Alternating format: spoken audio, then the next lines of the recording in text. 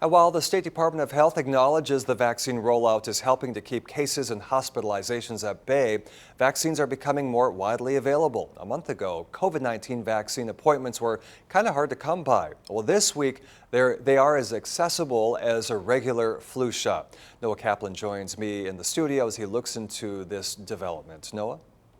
Well, Tom, it appears this trend is due to a combination of factors, and health officials are reluctant to attribute the change solely to vaccine hesitancy.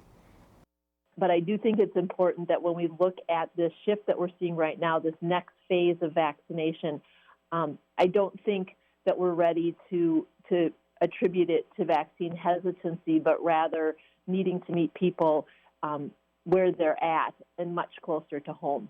One of those closer places can be a grocery store, and at stores like Hy-Vee, vaccination appointments are no longer required. People can get a shot while on a grocery run. I think some people see that as an easier process, right? I just walk in, I talk to someone. I'm used to doing this with my flu shot or my shingles vaccine or whatever other vaccine they receive at their pharmacy or provider.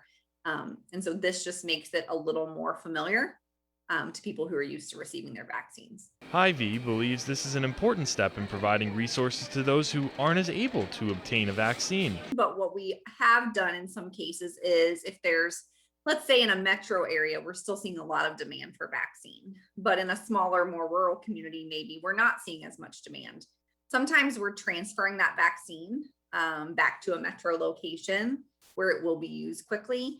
And on the benefit of mass vaccination, officials say the data speaks for itself. The vaccines really are working to protect some of the folks at highest risk, and that we see that reflected in our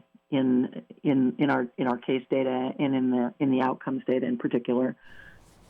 Although vaccines at Hy-Vee are now available via walk-in, many pharmacies and clinics are still appointment only. So be sure to double check before you go. Tom?